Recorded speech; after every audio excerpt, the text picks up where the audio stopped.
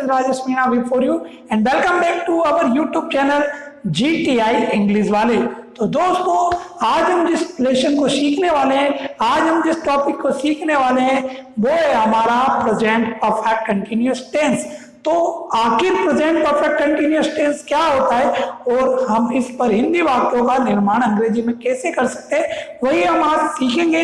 और साथ ही दोस्तों, अगर आपने हमारे पिछले वीडियोस नहीं देखे तो डिस्क्रिप्शन में लिंक दी हुई है, वहां से आप हमारे पिछले वीडियोस देख सकते हैं। और साथ ही अगर अब तक आपने हमारे चैनल को सब्सक्राइब नहीं किया है तो प्लीज हमारे चैनल को सब्सक्राइब करें, या हिंदी में कहें तो आप हमारे चैनल की सदस्यता लें। और दोस्तों, एक खास बात, अगर आपने हमारे चैनल को सब्सक्राइब एक बार कर चुके हैं तो आपको बार बार हमारे चैनल को सब्सक्राइब करने की आवश्यकता नहीं है, ठीक है। तो ध्यान रखिएगा, अगर आप अब तक आपने हमारे चैनल की सदस्यता नहीं ली है या आपने हमारे चैनल को सब्सक्राइब नहीं किया है तो प्लीज आप हमारे चैनल को सब्सक्राइब करें। तो दोस्तों, शुरू करते हैं हम आखिर प्रेजेंट परफेक्ट कंटिन्यूअस टेंस क्या होता है। सो डियर फ्रेंड्स, लेट्स तो दोस्तों, समझते हैं हम आखिर प्रेजेंट परफेक्ट कंटिन्यूअस टेंस क्या है। तो जैसा कि नाम प्रेजेंट वर्तमान, परफेक्ट पूर्ण, कंटिन्यूअस निरंतर, टेंस यानी काल, बेकाम बे बातें जो भविष्य काल में पूरी भी हो चुकी थी और साथ ही निरंतर भी थी। ऐसे बहुत सारे काम हैं जो हो भी गए हैं और चल भी रहे हैं। ऐसे वाक्यों को, ऐसी बातों को बोलने के लिए हम प्रेजेंट परफेक्ट कंटिन्यूअस टेंस का यूज करते हैं। आइडेंटिटी पर आते हैं, पहचान पर आते हैं। रहा है, रही है, रहे हैं तथा से शब्द के साथ समय अवधि का बोध हो। बे वाक्य जिनके अंत में, जिन हिंदी वाक्यों के अंत में रहा है, रही है, रहे हैं और से शब्द के बाद समय अवधि का बोध हो, ऐसे वाक्यों को बोलने के लिए हम प्रेजेंट परफेक्ट कंटिन्यूअस टेंस का यूज करते हैं। चलो आगे बढ़ते हैं, एग्जांपल्स लेते हैं ताकि और अच्छे से समझ में आए। These are our formulas: affirmative, negative, interrogative, interrogative, interrogative, subject, उसके बाद हैज या हैव। अगर हमारे सब्जेक्ट में ही, सी, इट, नेम, इट मीन्स कोई सिंगुलर अगर हमारे पास सब्जेक्ट है तो हम हैज का यूज करेंगे। साथ ही आई, यू, वी, दे, मतलब कोई प्लूरल सब्जेक्ट है तो हम हैव का यूज करेंगे। फिर आता है हमारे पास been, B four means verb में आईएनजी प्लस करना है, साथ ही ऑब्जेक्ट। उसके बाद हम थोड़ा और आगे चले, सिंस या फॉर, इसको समझना बहुत इंपॉर्टेंट है। ये कई लोगों के साथ बहुत बड़ा कंफ्यूजन का मैटर होता है कि वो कंफ्यूज हो जाते हैं कि कहाँ सिंस यूज करें, कहाँ फॉर यूज करें। तो सिंस और फॉर और साथ ही टाइम को हम समझ लेते हैं। सिंस का यूज हमें तब करना है जब हम समय अवधि के लिए सुबह, शाम, रात, दोपहर, कल, आज, कोई दिनांक, कोई सन, 1 बजे 2 बजे, ऐसा कोई टाइम, कोई निश्चित या विशेष समय, मतलब जब हम कोई अनकाउंटेबल टाइम, कोई पर्टिकुलर टाइम बता रहे हो तब हम सिंस का यूज करेंगे। और फॉर का हमें यूज तब करना है जब हम काउंटिंग करके बता रहे हो, मिनट की, घंटे की, दिन की, हफ्ते की, महीने की, साल आदि की, जब हम काउंटिंग करके बोले तब हम फॉर का यूज करते हैं। अब हम आगे चलते हैं, तो टाइम, जो भी टाइम पीरियड है वो आपको अंत में यूज करना है। चलो वाक्य लेते हैं ताकि और आसानी से हमें समझ में आए। हमारा वाक्य ध्यान रखना है हमें, रहा है, रही है, रहे हैं और से शब्द के बाद समय अवधि का बोध। वाक्य लिया हमने, जैसे मैं 15 दिनों से अंग्रेजी पढ़ा रहा हूँ, मैं 15 दिनों से अंग्रेजी पढ़ा रहा हूँ, तुम कई सालों से स्कूल में पढ़ाई कर रहे हो, वे 2 महीने से हमारे मकान में रह रहे हैं और मम्मी सुबह से घर के सारे काम कर रही है, वह जुलाई से स्कूल जा रहा है। जी हाँ, ऐसे वाक्य जिनमें रहा है, रही है, रहे हैं और से शब्द के बाद समय अवधि का बोध हो, ऐसे वाक्यों को बोलने के लिए हमें प्रेजेंट परफेक्ट टेंस का यूज करना है। तो हमारा पहला वाक्य हमने लिया, मैं 12 सालों से अंग्रेजी सिखा रहा हूं, मैं 12 सालों से अंग्रेजी सिखा रहा हूं।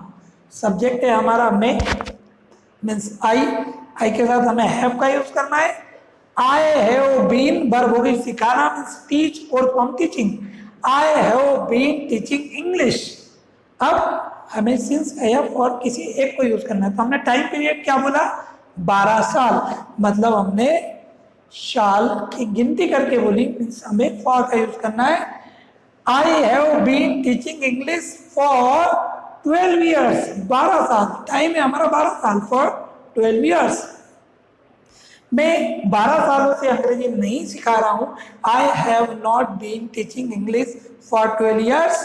क्या मैं 12 सालों से अंग्रेजी सिखा रहा हूँ? Have I been teaching English for 12 years. मैं 12 सालों से क्या सिखा रहा हूँ? जी हाँ दोस्तों, ध्यान रखना है, मैं 12 सालों से क्या सिखा रहा हूँ। और यहाँ पर मैंने बोला था क्या मैं 12 सालों से अंग्रेजी सिखा रहा हूँ। यहाँ पर हमारा ऑब्जेक्ट जो है वो हमें नहीं पता। मैं 12 सालों से क्या सिखा रहा हूँ, क्या means what have I been teaching for 12 years. यहाँ पे हमें अंग्रेजी नहीं बोलना, इंग्लिश नहीं बोलना है। What have I been teaching for 12 years. कौन 12 सालों से अंग्रेजी सिखा रहे हैं? लग रहा है हमें प्लूरल सब्जेक्ट है। और कौन 12 सालों से अंग्रेजी सिखा रहा है? हमें लग रहा है सिंगुलर सब्जेक्ट है। कौन 12 सालों से अंग्रेजी सिखा रहा है? Who has been teaching English for 12 years. जी हाँ, बड़े आसानी से हम इस प्रकार से वाक्यों को बना सकते हैं। तो दोस्तों एक सेंटेंस और लेते हैं, एक वाक्य और लेते हैं ताकि हमें समझने में और आसानी हो। तो हमारा वाक्य, हम 1947 से आजादी से जी रहे हैं। जी हाँ दोस्तों, 1947 से पहले हमारा देश अंग्रेजी हुकूमत के का गुलाम था, मगर 1947 के बाद हमें आजादी मिली और 1947 से हम आजादी से जी रहे हैं। सब्जेक्ट हुआ हम, मीन्स वी के साथ है वी हैव बीन, वर्ब हो गई जीना रहना, लिव का यूज करेंगे, लिव का full form living. We have been living with freedom, आजादी से। विथ एक प्रेपोजिशन होती है जो कि आपको आगे के वीडियोस में बताई जाएगी। We have been living with freedom 1947 से। 1947 एक क्षण है, इसलिए हम सिंस का यूज करेंगे। टाइम है हमारा 1947। We have been living with freedom since 1947. हम 1947 से आजादी से नहीं जी रहे हैं। We have not been living with freedom since 1947. क्या हम 1947 से आजादी से जी रहे हैं? Have we been living with freedom since 1947? हम 1947 से आजादी से कैसे जी रहे हैं या क्यों जी रहे हैं, कुछ भी आप WH फैमिली का यूज करना है आपको। हम 1947 से आजादी से क्यों जी रहे हैं या हम कब से आजादी से जी रहे हैं, कुछ भी आप यूज कर सकते हैं। हम कैसे 1947 से आजादी से जी रहे हैं, कैसे means how have we been living with freedom since 1947। और कौन 1947 से आजादी से जी रहा है, ध्यान रखिएगा दोस्तों, कौन 1947 से आजादी से जी रहा है। कोई सिंगुलर सब्जेक्ट हमें लग रहा है और सिंगुलर सब्जेक्ट के साथ हम हैज का यूज करते हैं। तो who has been living with freedom since 1947। तो इस प्रकार से दोस्तों आप प्रेजेंट परफेक्ट कंटिन्यूअस टेंस पर वाक्यों का निर्माण कर सकते हो। और साथ ही दोस्तों आपको थोड़ा सा एक ध्यान और रखना है, जैसे कर रहे हैं या इस वाक्य को हम करते आ रहे हैं भी बोल सकते हैं। ओके दोस्तों, आज का हमारा इंग्लिश वर्ड है ब्लिंग। ब्लिंग ब्लिंग एक नाउन फॉर्म होता है, ज्वेलरी, डेकोरेशन और clothing that attracts attention because you look expensive. Hindi meaning चमकीला, आकर्षक या महंगा। Use in sentence, you should leave bling at home because we are going to forest trip.